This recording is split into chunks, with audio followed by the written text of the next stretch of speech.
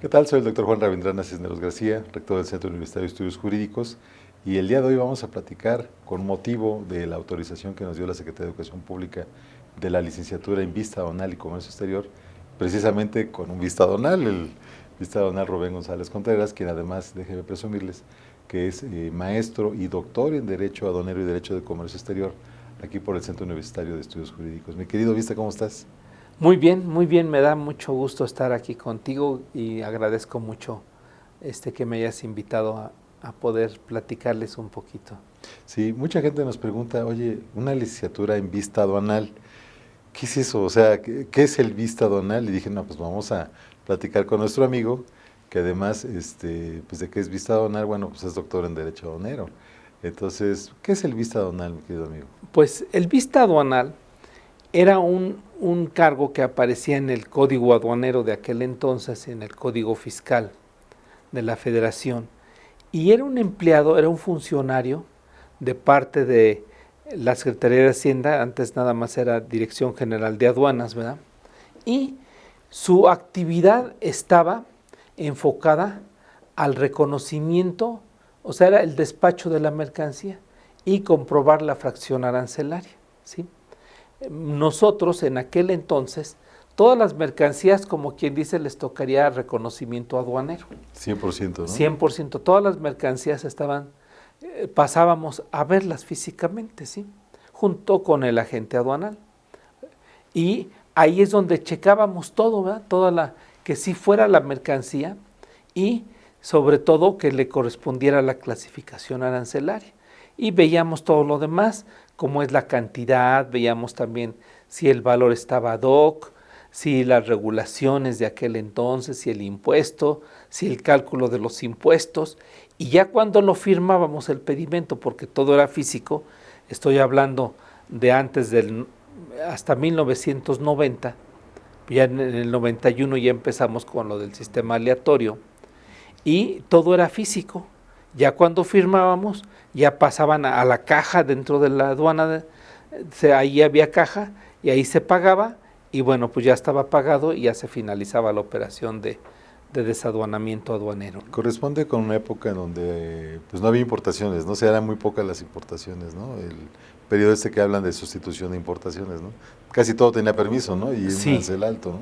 Sí, recordemos que en aquel entonces, desde la Segunda Guerra Mundial, del término de la Segunda Guerra Mundial, la política que adopta México es una política proteccionista. ¿A qué me refiero con proteccionista? A que quería el gobierno que todo se hiciera en México. Había ese eslogan de lo hecho en México está bien hecho, y no pensaron en la globalización. Entonces, casi todas las mercancías requerían un permiso. ¿De quién? De lo que era en ese entonces la Secretaría de Industria y Comercio, que es la actual Secretaría de Economía, ¿verdad? Entonces, ahí estaba ese como freno, ¿no? Si yo quería tener un motor eléctrico y requería permiso, me decían, ¿sabes qué? No te puedo otorgar el permiso porque fulanito de tal fabrica un motor eléctrico de las mismas características o similar. Y entonces ya estaba yo atado de manos y no lo podía yo importar, ¿sí? Caso, una televisión, porque en México existía una marca Majestic y otra Philco, que hacían televisiones en México. Pero eso pues trae graves consecuencias que yo creo que todavía estamos pagando, porque no fue de mala fe, pero fue una política incorrecta, porque el mundo es globalizado. Entonces, si yo industrial tengo un mercado cautivo que es la República Mexicana, pues me voy a desfasar tecnológicamente porque no entro en competencia con los demás países. Por eso es que de ahí surgieron muchas figuras, porque pues en los 90, bueno, un poquito antes cuando ya se empieza a medio liberar esto, que no termina, no concluye hasta que entramos ya al TEMEC por ahí de 1994, entonces, ¿qué sucede?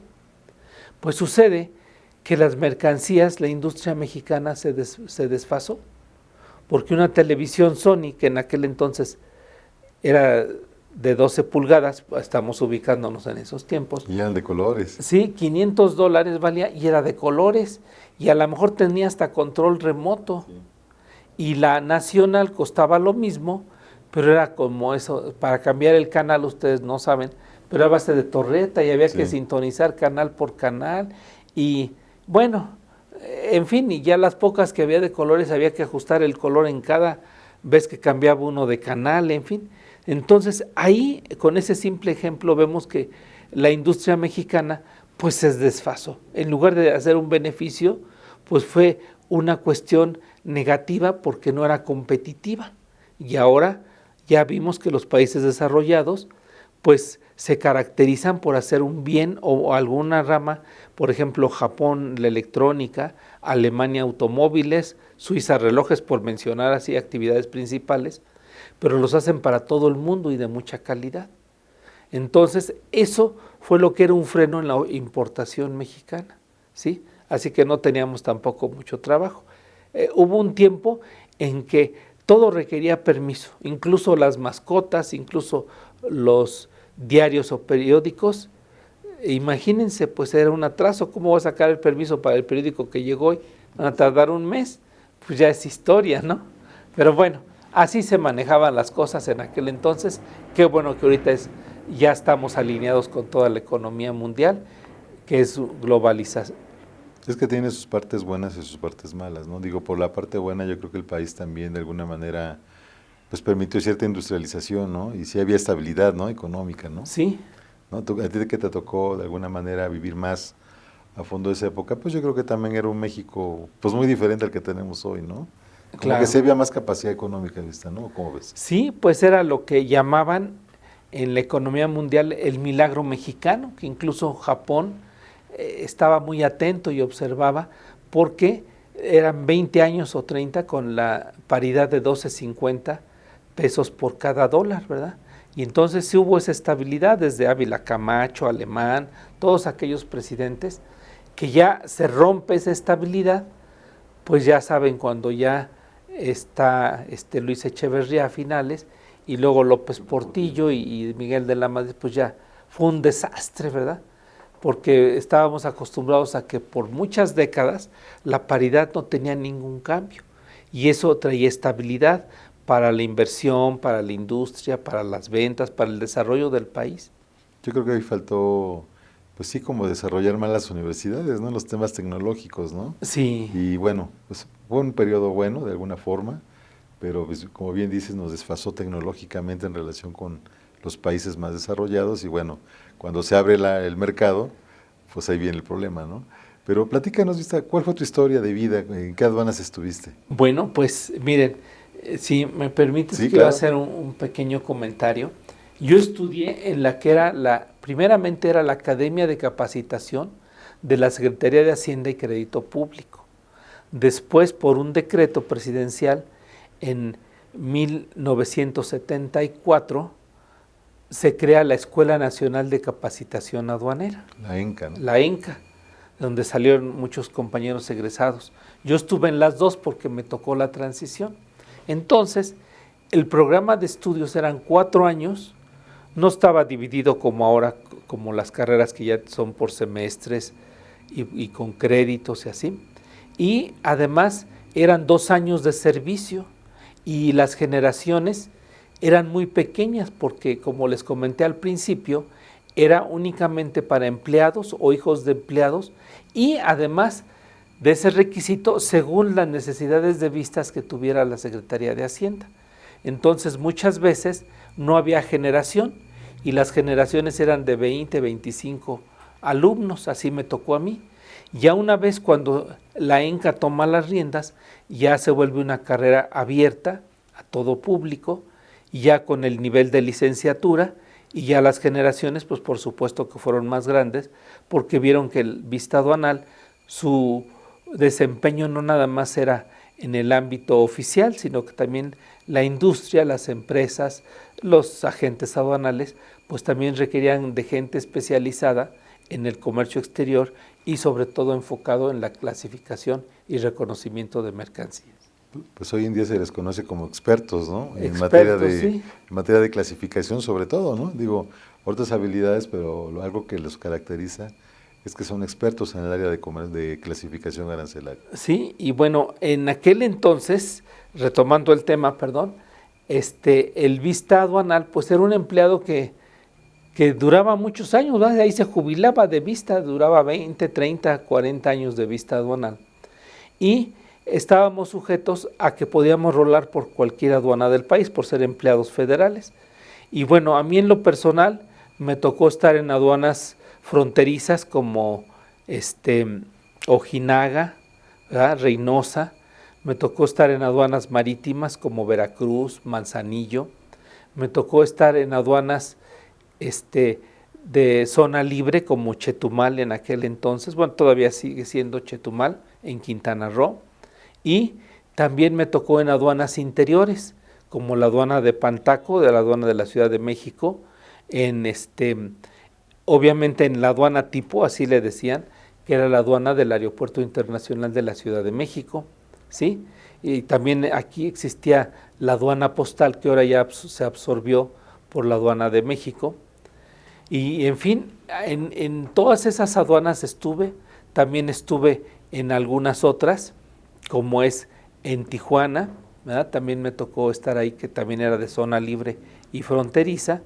Y bueno, pues era diferente el despacho de las mercancías. Por ejemplo, en la aduana del aeropuerto, que es donde más tiempo me tocó estar como vista aduanal, y bueno, yo feliz, era el mejor empleo que pudiera tener una persona en el mundo, el mejor trabajo del mundo, así le decíamos, porque era muy versátil. La carrera de un vista es siempre estar investigando, porque las mercancías se va creando primero la idea del comercio y después la tenemos que asimilar, ¿no? Vemos, por ejemplo, ahorita, pues las reformas, ¿verdad? Las reformas para los drones, que es una mercancía que a lo mejor de la sexta enmienda para abajo no existía, los bastones de la selfie, ¿verdad? Los faxes y los multifuncionales que son tan comunes, los mismos teléfonos smartphone o teléfonos inteligentes, y entonces siempre estamos investigando, siempre estamos viendo esta mercancía, acordémonos de qué está hecha o cómo funciona, qué hace, para qué sirve. Sería como estar viendo ahí qué es materia prima, es una manufactura, una semimanufactura. Entonces nuestro trabajo siempre es de estar investigando. Bueno, a mí me fascina, ¿verdad? Sí, es de gusto definitivamente. Sí.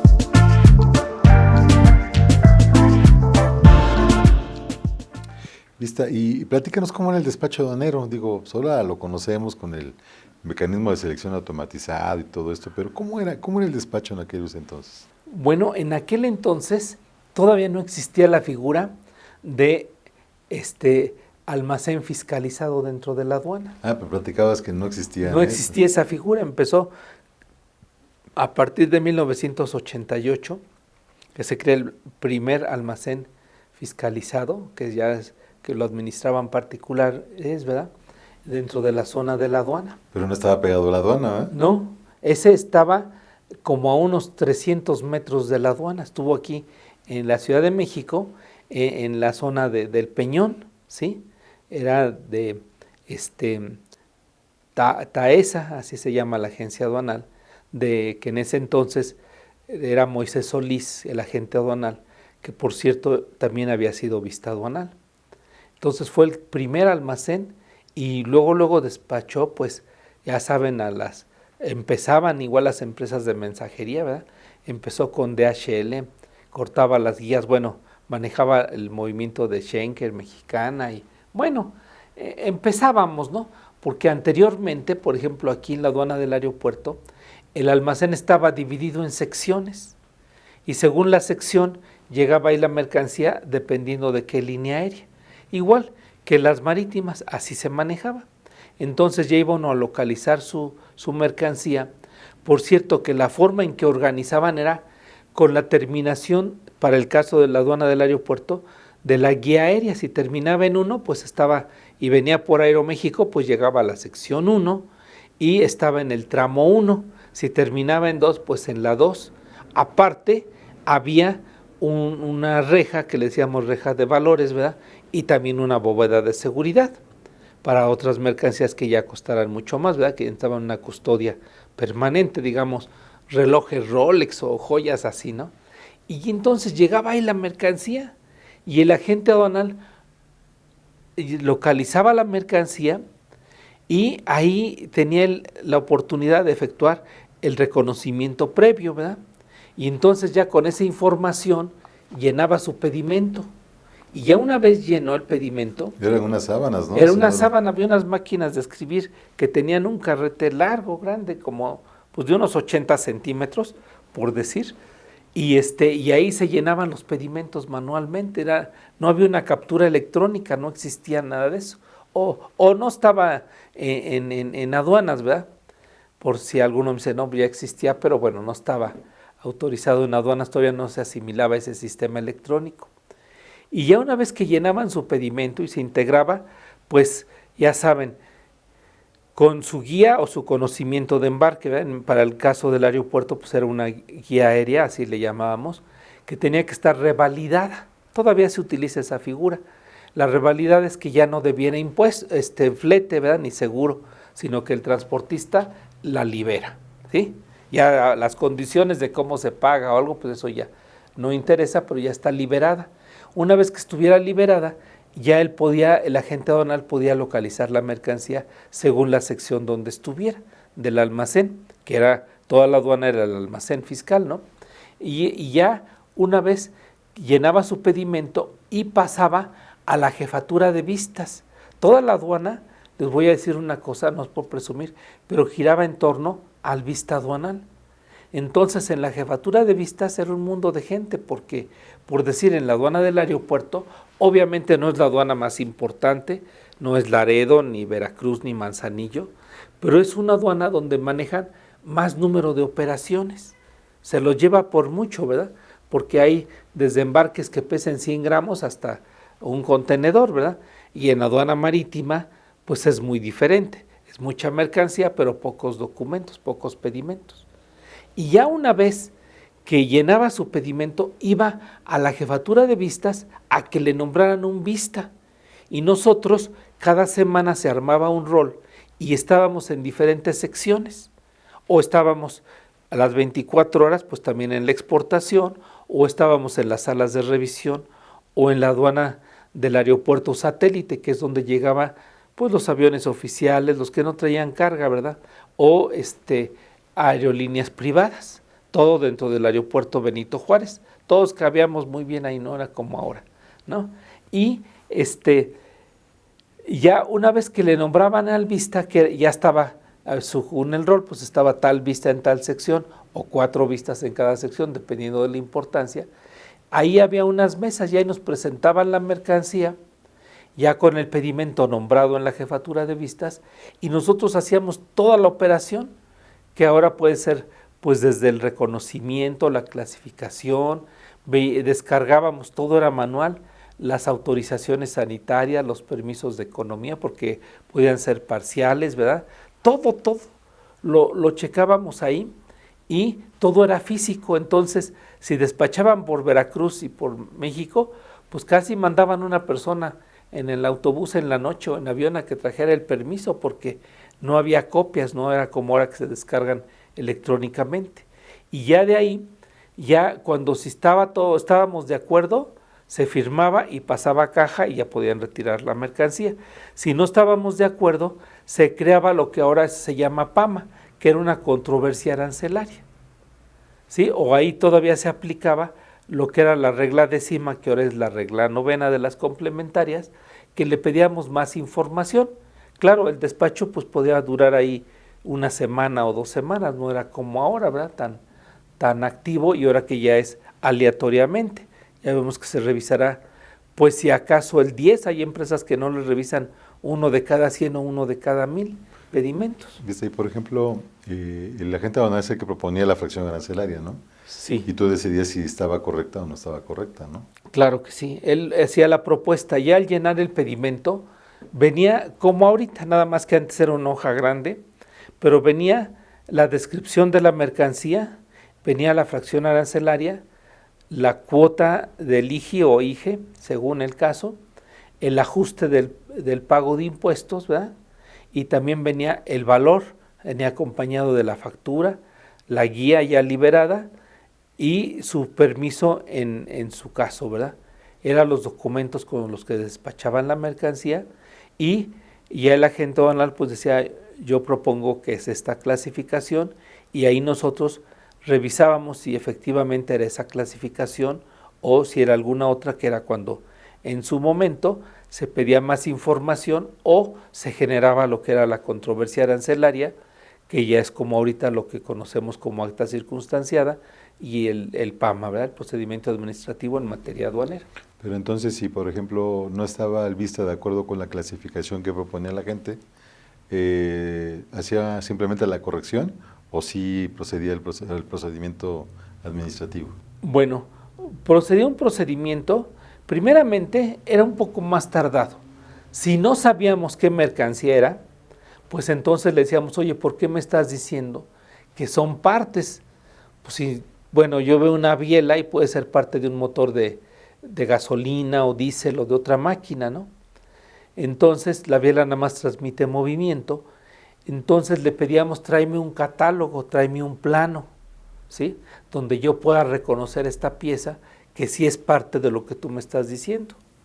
Ese era el mecanismo, era más tardado, pero era como más light, más amistoso. Es lo que te iba a decir, no era tan abrupto como No. ahorita, ¿no? De que te embargo la mercancía Sí. porque está mal clasificada. Ahora si en 1 hora o 2 horas, que es el despacho aduanero según el manual de operación aduanera que se debe de cumplir, pues es PAMA automáticamente, ¿verdad?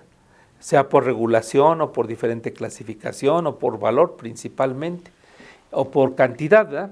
Entonces, ahí veíamos igualito, pero era más, oye, pues no, compruébame, y traían hasta algún técnico al día siguiente, a los 2 días, siempre les surgía, porque pues la mercancía en la aduana cuesta dinero, ¿verdad? Cuesta almacenaje, y sobre todo que pues yo necesito en mi fábrica o comercializarla, necesito mover esa mercancía. Y entonces ya nos explicaban y podían estar de acuerdo, ¿verdad? Y si muchas veces tenía la razón, pues el vista simplemente firmaba ya de conformidad del pedimento, se sellaba con el nombre y el número de vista aduanal. La Dirección General de Aduanas nos daba un número, el mío era el 924, así como los agentes aduanales tienen su número de patente, los vistas teníamos un número de registro. Ah, qué interesante.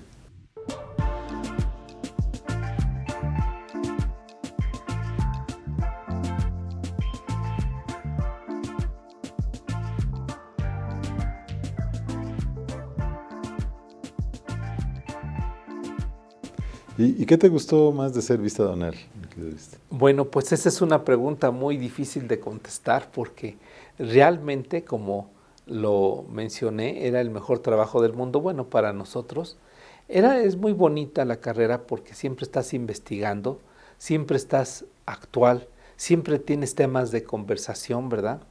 Porque sabes desde animales vivos, productos agroalimentarios, pasas por papel, por textiles, que es tan interesante, el calzado, ¿verdad? Que también tiene tanto que ver el calzado, que aparentemente es muy sencillo, son 4 posiciones arancelarias o 4 partidas, 5, ¿verdad? Pero ya en la práctica, pues ya se empieza a complicar y con las fracciones casi se vuelve imposible. Entonces tienes que saber los procesos, cómo se arma, cómo se elabora cada mercancía. De ahí pues pasando a los metales, ¿verdad? Ahora con los aceros aliados o no, esta figura de los precios estimados, que antes eran los precios oficiales, que han descansado en el número de identificación comercial, que también es tan importante, ¿verdad? Porque la misma mercancía, si cambia de NICO, puede variar su precio estimado, y entonces su precio, y entonces puede ser que pueda requerir un permiso, una autorización previa para la importación, lo que le llamamos el aviso automático con la cuenta aduanera. Y bueno, ya luego entramos, porque primeramente la nomenclatura se divide en materia constitutiva, que sería lo principal, ¿verdad? Por eso es que un vaso de papel o un vaso de plástico o de vidrio o de cerámica, pues tienen diferente clasificación. Y ya en la maquinaria es al revés, ya es según lo que hace, ¿verdad? Según lo que hace la mercancía, ya no importa su materia constitutiva, sino cómo lo hace, para qué sirve, qué función tiene, ¿verdad? Es parte de del proceso productivo, o es ya lo final, o es ya una manufactura, ¿verdad? Como una cámara cinematográfica. Entonces, en aparatos vienen la maquinaria del capítulo 84, 85, todo lo de material eléctrico, ¿verdad? Y los aparatos. Los Luego, teléfonos celulares. Celulares, los drones, los paneles solares, bueno, no acabaríamos de investigar y todo. Y hay muchas anécdotas, ¿no? De ahí pasamos a los automóviles, material de transporte, instrumentos, relojes, en fin, todo abarca todo lo que conocemos, podemos girar nuestra cabeza alrededor y todo tiene una clasificación y un manejo. Y bueno, muchas anécdotas, ¿no? También por eso pensaban que el Vista sabía de todo, y no.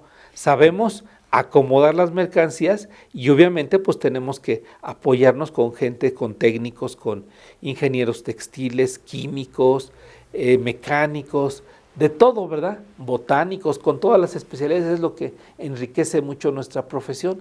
Por eso es algo que es un mundo fascinante, el de la clasificación arancelaria, ¿no? Y entonces pensaban que el Vista era casi como un sabio, ¿verdad? Y sobre todo en aduanas, entre más chiquita era la figura del Vista aduanal, era más relevante, ¿sí?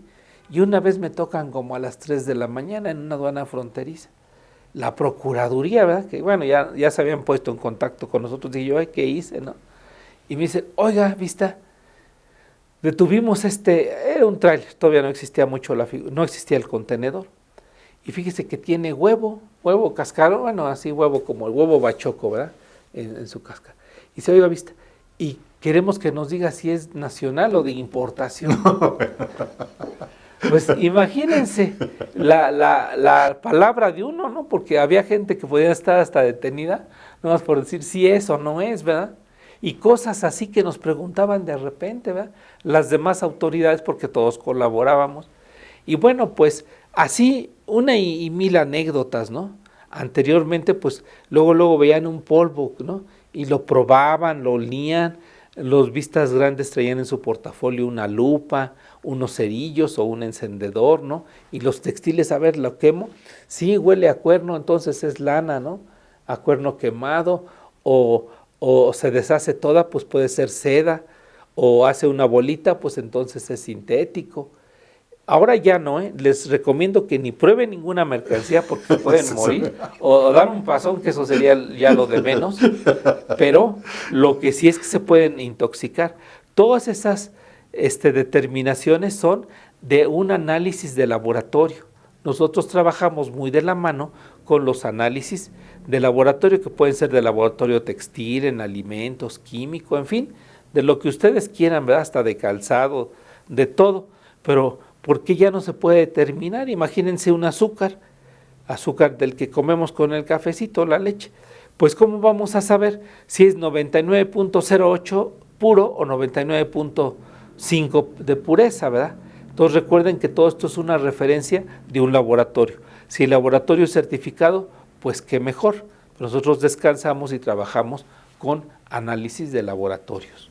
Oye, ¿y la vida del Vista? Bueno, pues es longeva, digámoslo así, porque también profesionalmente, pues aunque no trabajara ya en aduanas, pero bueno, para las empresas son muy cotizados, ¿no? Por el tema de su expertise, ¿no? De su experiencia y sobre todo su conocimiento del tema de clasificación arancelaria, ¿no? Que es muy relevante. Sí, se va acumulando todos los conocimientos, experiencias que son muy bonitos, y gracias a Dios, pues a mí me tocó cuando yo entré como Vista aduanal, que tenía yo 20 años, por ahí del 74, y me tocó que platicaba yo con vistas que eran de 70, 75 años, aunque ya se podían jubilar unos ya tenían hasta doble jubilación, por así decirlo, desde los 60, pero es una actividad que atrapa. Bueno, siempre es muy solicitada. Yo les puedo decir que después de casi 50 años de practicar lo de la clasificación, lo de vista aduanal, pues hasta ahorita, gracias a Dios, desde que tenía 20 años, he tenido trabajo, solicitud de trabajo ininterrumpidamente, de verdad. Yo renuncié en el 90, 91, porque pues ya no nos querían a los vistas aduanales. Unos compañeros sí siguieron, creo que todavía hay unos activos, en lo que ahora ya es el SAT o ya la administración de la Agencia Aduanera Mexicana, pero pues yo opté por renunciar y pensé que ya mi actividad se acababa, y no, ¿qué creen?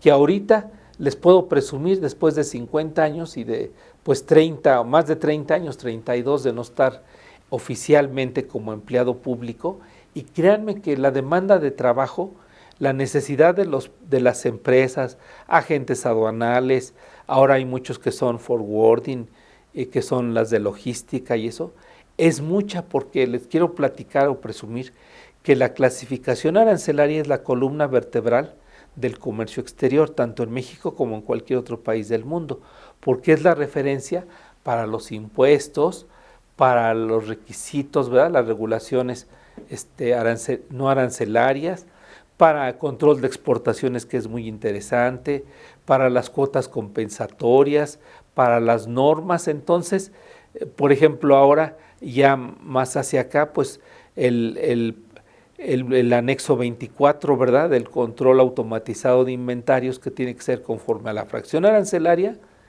y todo la ruta fiscal que tiene cada tornillito, cada piececita de una mercancía, hasta que sale ya como una manufactura que se retorna al extranjero o ya se importa para el interior del país, ¿sí? Entonces, pues es una actividad que no se termina y te enriquece.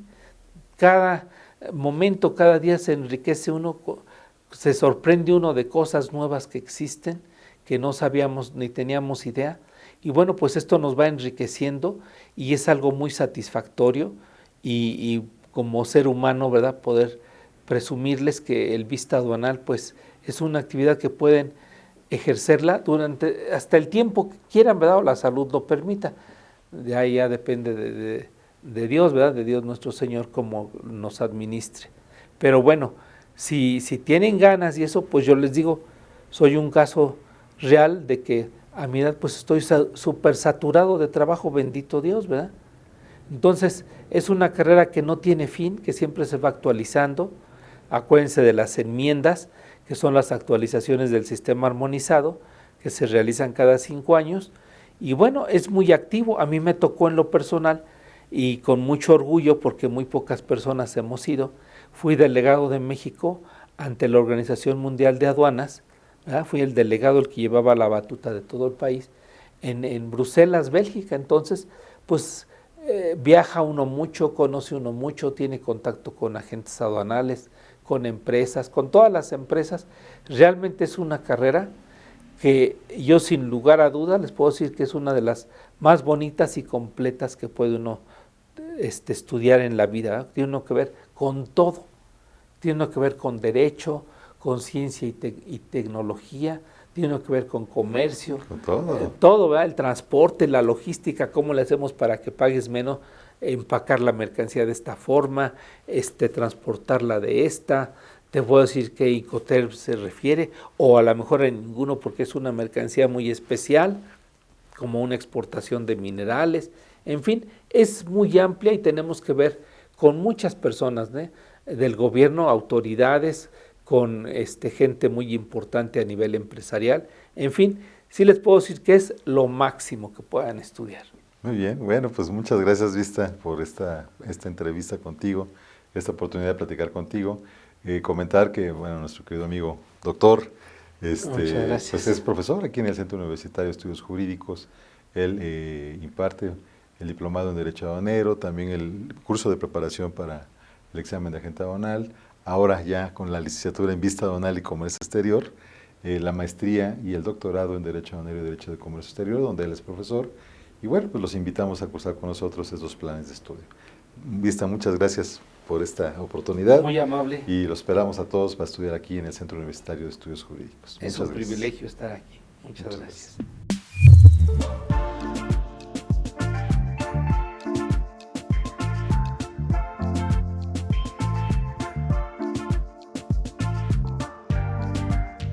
Lo que hacemos juntos es lo que nos distingue. Soy Cuej.